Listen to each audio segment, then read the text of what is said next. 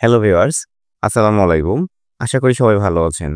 আজকের ভিডিওতে আমি আলোচনা করব কিভাবে বিশেষ পেমেন্ট স্কিমের মাধ্যমে মার্জ বা একীভূতকরণ হওয়া ব্যাংকগুলোর আমানতকারীরা তাদের অর্থ ফেরত পাবে। এই ব্যাংকগুলোর মূলধন সহায়তা ও নতুন ব্যাংকের কাঠামো কেমন হবে, শেয়ার বাজারে এর প্রভাব কী পড়বে এবং একীভূতকরণ ব্যাংকগুলোর প্রশাসক কিভাবে নিয়োগ হবে। তাহলে চলুন শুরু করা যাক। প্রথমে আমরা জানব কোন কোন ব্যাংকগুলো মার্জ হতে যাচ্ছে। সর্বপ্রথম ফার্স্ট সিকিউরিটি ইসলামী ব্যাংক, গ্লোবাল ইসলামী ব্যাংক, ইউনিয়ন ব্যাংক, সোশ্যাল ইসলামী ব্যাংক এবং এক্সিম ব্যাংক। বাংলাদেশ ব্যাংকের তথ্য অনুযায়ী একীভূতকরণ হতে যাওয়া ব্যাংকগুলোর বর্তমানে 1,52,000 কোটি টাকার আমানত রয়েছে। এর বিপরীতে প্রদত্ত ঋণ ছড়িয়েছে 2 লাখ কোটি টাকার মতো, যা মোট আমানতের প্রায় 1/3 ব্যক্তি আমানতকারীদের, বাকিটা প্রতিষ্ঠানিক আমানত। কেন্দ্রীয় ব্যাংকের পরিকল্পনা অনুযায়ী ব্যক্তি আমানতকারীদের ফেরত প্রদানের লক্ষ্যে সর্বোচ্চ অগ্রাধিকার দেওয়া হবে। আমানতের পরিমাণ যদি 2 লাখ টাকার মধ্যে হয়ে থাকে তাহলে তা বীমার আওতায় দ্রুত ফেরত দেওয়া হবে। 2 লাখ টাকার বেশি হলে ধাপে ধাপে ফেরত দেওয়া হবে, তবে এর সময়সীমা এখনও চূড়ান্ত হয়নি। তার মানে এটা দাঁড়াচ্ছে, যদি কারো আমানত 2 লাখ টাকার বেশি হয়ে থাকে তাহলে তা বিভিন্ন স্টেপে স্টেপে ফেরত দেওয়া হবে। একীভূতকরণের সময়ে আমানতকারীরা 4% হারে রিটার্ন পাবেন, তবে বিদ্যমান সব আমানত স্কিম বাতিল হয়ে যাবে।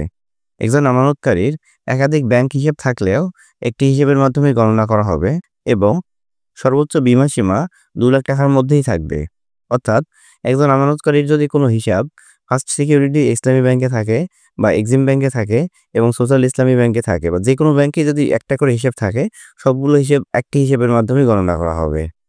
অন্যদিকে প্রতিষ্ঠানিক আমানতকারীরা নগদ অর্থের পরিবর্তে নতুন ব্যাংকের শেয়ার পেতে পারেন, তবে ঋণ গ্রহীতাদের ক্ষেত্রে কোনো পরিবর্তন হবে না। কিস্তি নিয়মমতো পরিশোধ করতে হবে। যদি কারো কিস্তি খেলাপি হয় তাহলে তা আগের নিয়মেই শাস্তি কার্যকর হবে। এখন আমরা জানব মূলধন সহায়তা ও নতুন ব্যাংকের কাঠামো। 5 ব্যাংক একীভূত হওয়ার পর নতুন ব্যাংকের সম্পদ দাঁড়াবে প্রায় 2,20,000 কোটি টাকা। এর পরিশোধিত মূলধন হবে 35,000 কোটি টাকা।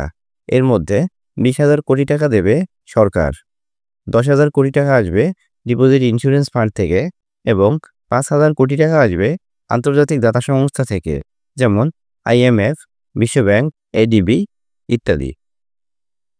শেয়ার বাজারে এর প্রভাব কী পড়বে?